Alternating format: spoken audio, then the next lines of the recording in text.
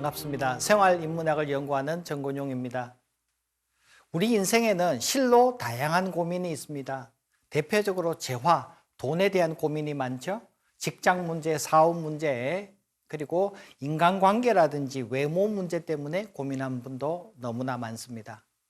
인생 고민의 원인으로는 부처님이 깨달음을 이후에 최초로 설파했던 내용이 아함경에 담겨 있는데요. 그 내용을 압축해 보면 인간은 탐욕 때문에 고민이 생긴다고 합니다. 두 번째는 진해입니다. 진해는 분노라고 흔히 해석하는데요. 시기, 질투 또한 포함이 됩니다. 그리고 우치, 인간은 어리석음 때문에 고민을 낳는다고 합니다. 이것이 삼독이라 불리우는 우리 고민의 뿌리라고 합니다. 그래서 불가에서는 일체계고라고 하는데요.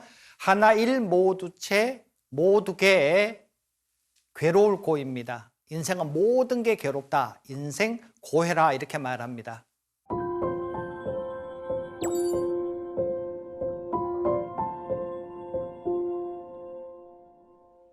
주자어류라는 책에 보면 중국 송나라 시대 때 주희라는 분이 인간의 내면에 관한 얘기를 했는데요. 타고난 본연지성이 있고 개인이 각자 다르게 가진 기질지성이 있다. 이렇게 우리의 내면을 표현했습니다. 그래서 마음 한복판에는 사단이라는 게 있고 그 바깥에 환경의 영향을 받는 칠정이 있다고 하는데요. 사단에는 척언지심, 수호지심, 사양지심, 시비지심 같은 게 있고요.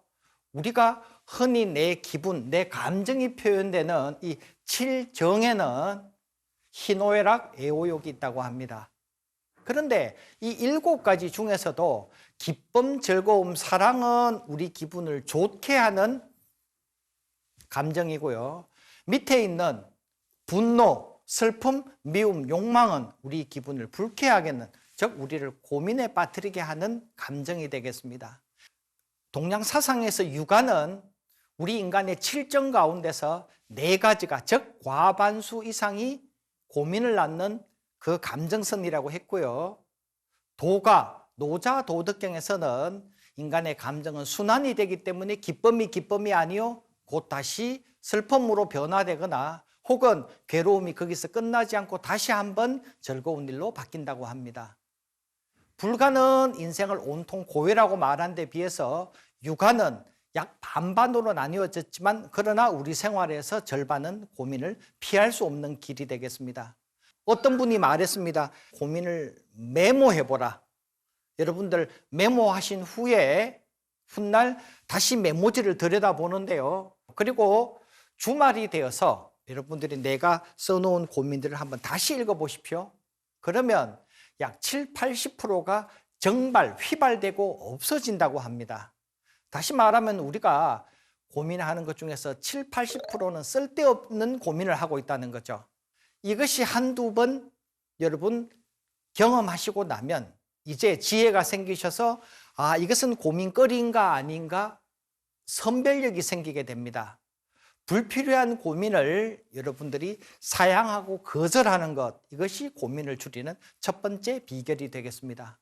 그런데 이보다 더 중요한 일은요, 고민거리를 여러분들이 취사 선택하기에 앞서서 여러분들 자신이 갖춰야 될 우선 태도가 중요합니다.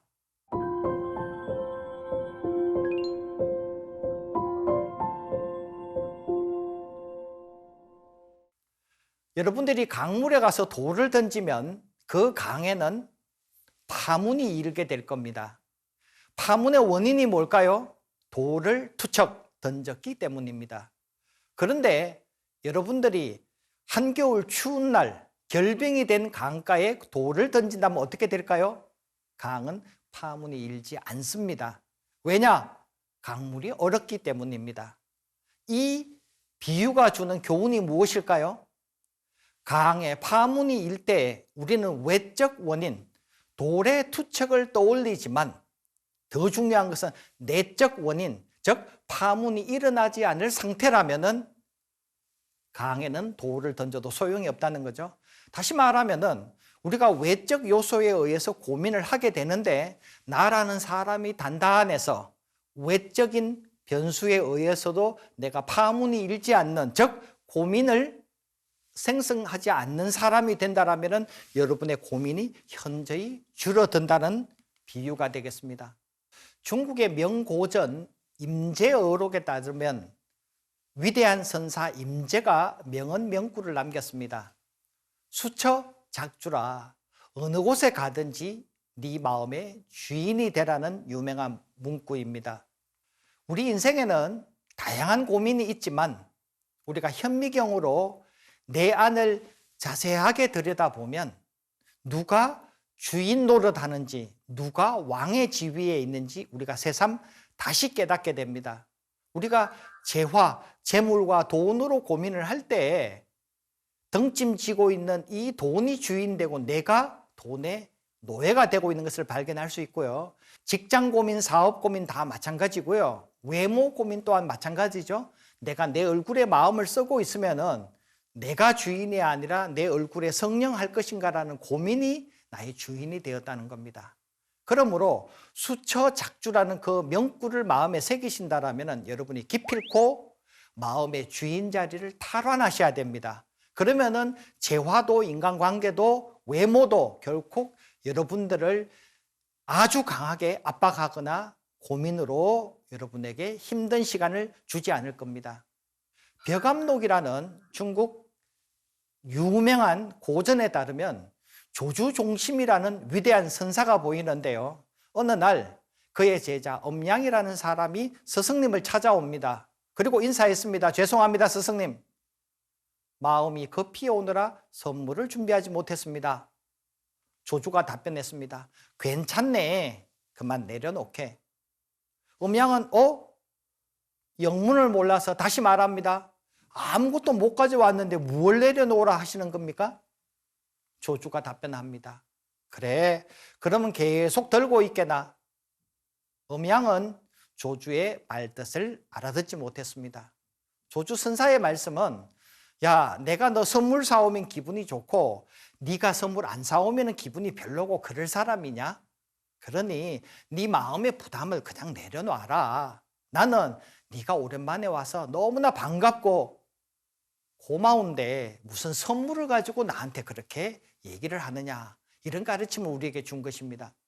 어느 날 노스님이 동자성을 산 내려가서 시장, 저자거리에 물건을 사오도록 심부름을 보냈습니다. 형제가 길을 떠났는데요. 그날따라 갑자기 기류가 불안정해서인지 소낙비가 엄청 내리고 말았습니다.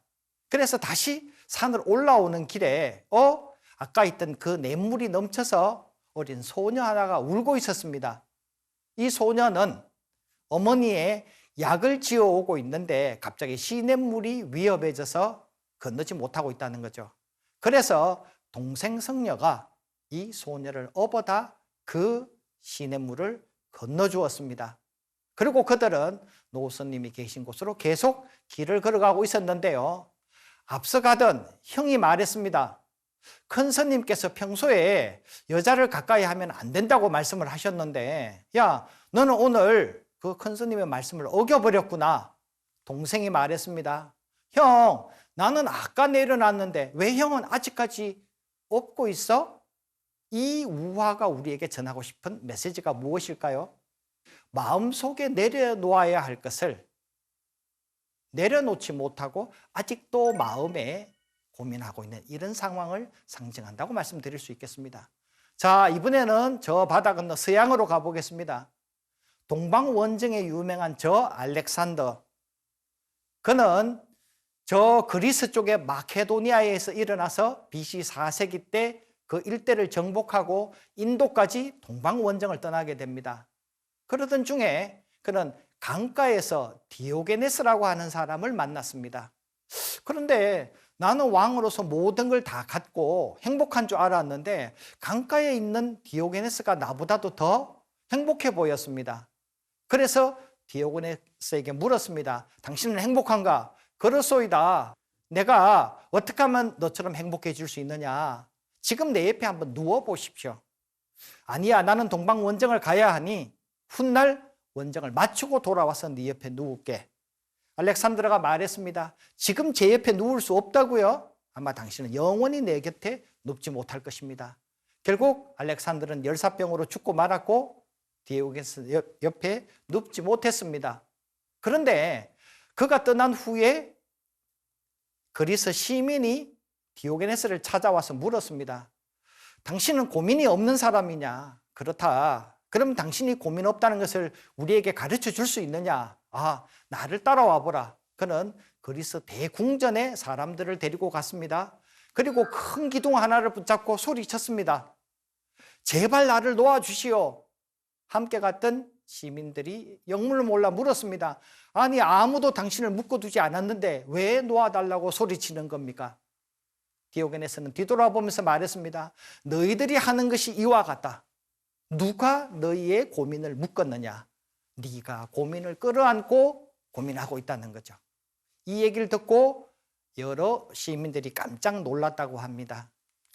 우리는 내 마음의 주인이 되고 나서는 정말 고민이 대부분 사라지는 것을 경험할 수 있습니다. 왜냐하면 내가 주인이 되면 고민을 부릴 수 있기 때문에 더 이상 고민이 아닌 경우가 많기 때문입니다. 그런데 내가 마음의 주인이 되는 것처럼 중요한 것은 그 고민의 대상을 여러분이 직시하는 문제입니다.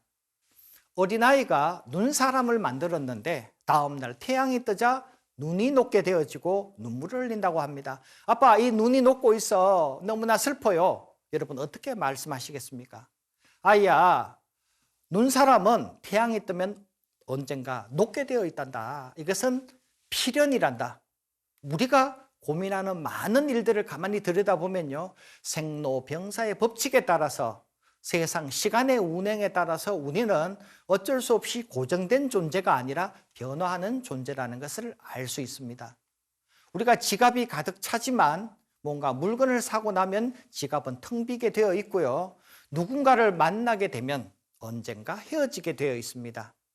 심지어 부부의 연을 맺더라도 언젠가는 사별해야 되겠죠. 그래서 인생의 모든 대상은 결국 고정되어 있지 않으므로 불가에서는 일체계고라고 이렇게 이름을 했던 것입니다.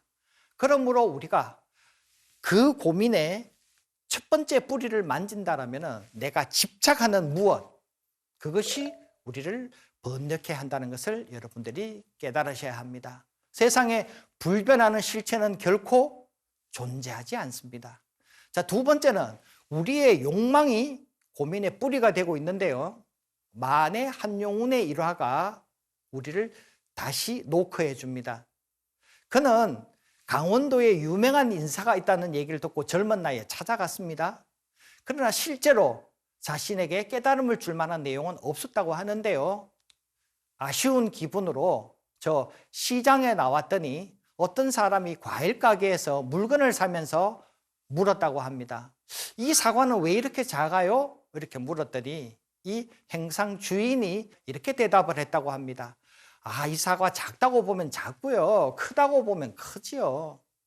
이 얘기를 듣고 한용운은 망치로 얻어맞은 듯이 깜짝 놀랐다고 합니다. 그렇구나, 세상에 작다고 보면 작고 크다고 보면 큰 것이구나. 내 욕망을 컨트롤해야 되겠구나. 자신의 필생의 가르침이 되었다라고 합니다. 욕망, 이것이 우리를 집어삼키면은 결코 고민으로부터 자유롭지 못하다라는 것 여러분들이 느낄 수 있습니다. 자, 명고전을 산책하다 보면 노자 도덕경을 자주 만나는데요, 33장에서 불욕이정 해석하면 바라는 것 없이 내 마음이 고요하다.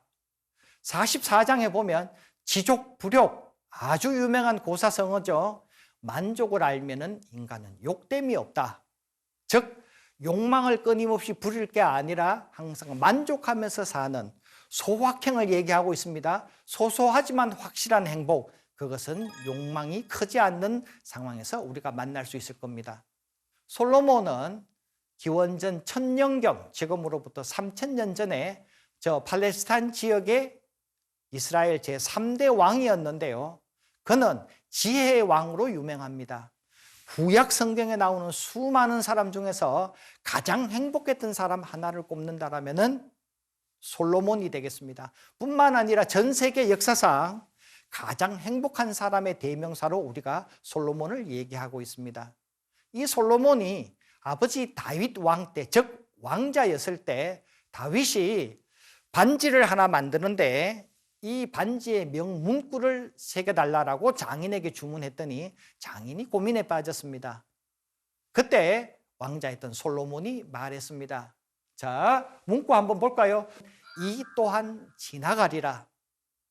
누구나 고민에 빠지지만 이 고민이 곧 몇 초 후에는 지나갈 수밖에 없다. 너무 심각하게 고민하나 안 하나 마찬가지라는 얘기를 했습니다. 솔로몬은 우리에게 놀라운 얘기를 합니다. 전도서 1장 2절에서 헛되고 헛되며 헛되고 헛되니 모든 것이 헛되도다. 모든 것은 의미 없는 짓이다. 이렇게 말했습니다. 여러분들이 고민하고 계신 이 모든 것들 결국 지나고 나면 헛되고 헛되다는 것입니다. 자, 여러분과 작별 시간이 왔습니다. 12강으로서 저는 인사드리겠습니다.